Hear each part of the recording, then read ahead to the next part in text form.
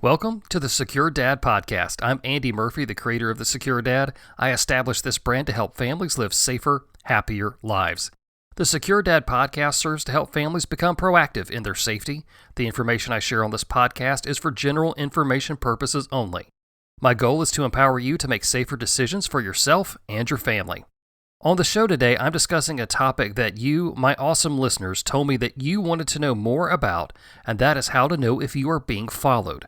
So we're going to talk about what to look for and what to do. All of that and more ahead on the Secure Dad Podcast. So today's topic comes from you, the listeners. Over the past few weeks, I have been told stories about people being followed in stores, in parking lots, and even one young lady who was actually targeted by 2 cars that chased her out of her gym parking lot. So today's topic is how to know if you're being followed. The first thing that we need to understand is that being followed is not unlike a wildlife documentary. There is a predator and there is prey. The predator isn't going to catch a meal just lounging around under a tree. He has to work for his food. He has to find where it is, target it, and then attack it. The predator has to stalk his prey. And humans work the same way. So let's break down the relationship into a stalker, the bad guy, and a target, the good guy. The reason why a stalker selects his target is a bit of an unknown and somewhat irrelevant at this point. When faced with this sort of situation, we don't need to focus on why we're being stalked. We need to focus on spotting the stalker and responding accordingly. We must pay attention to where we are when we are out of our homes. That means in stores, the office, in the parking lot, and even in the stands of your kid's soccer game. Awareness will give us the time we need to respond. If we don't see the stalker coming, we're only left to respond to his attack, and our chances of being hurt skyrocket. So if we need to be aware, what is exactly that we need to be aware of? Signs you're being followed will be different based on your stalker and your environment.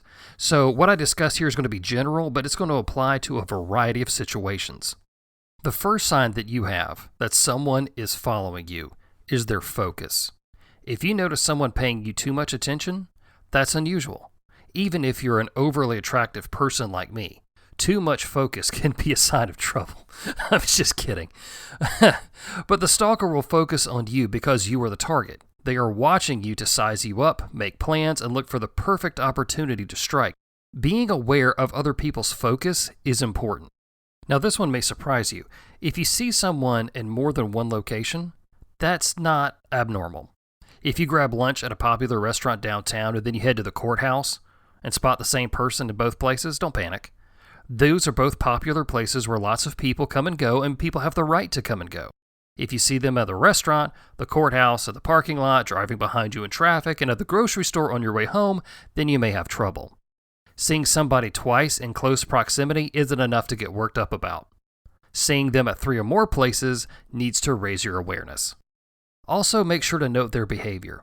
If you see the same man in multiple places and they seem to be going about their business, then that's just a coincidence. But if they look like they're faking talking on their phone and glancing at you every once in a while, then you might have a problem. As the book Left of Bang tells us, multitasking is a myth. Humans can't fully commit to doing 2 activities at one time. So people who are watching you at the grocery store won't look or act like normal shoppers. They'll exhibit signs of being uncomfortable and looking unnatural, and you'll be able to spot this because it looks odd. It's going to look odd to all of us. If somebody has checked all of these boxes and you truly believe that they're following you, I want you to consider making eye contact with them. Do this to acknowledge them, but not to escalate the situation.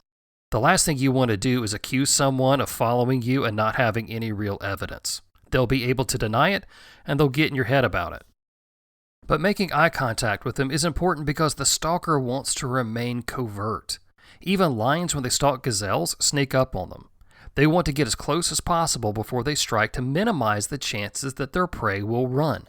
That is why they get low to the ground and they hide in the tall grass for so long. By letting the stalker know that you see them, you change that dynamic. You will steal a bit of their confidence and make them rethink their plans. Some stalkers may actually lose their confidence if they think that you're going to show any sort of resistance. In their minds, they've planned out their attack. They know what it's going to look like. They know how it's going to go. But you paying attention and seeing them first wasn't a part of that plan. Now, if a casual glance or a repeated glance doesn't work, these people are still following you, then I want you to take a picture of them, outright.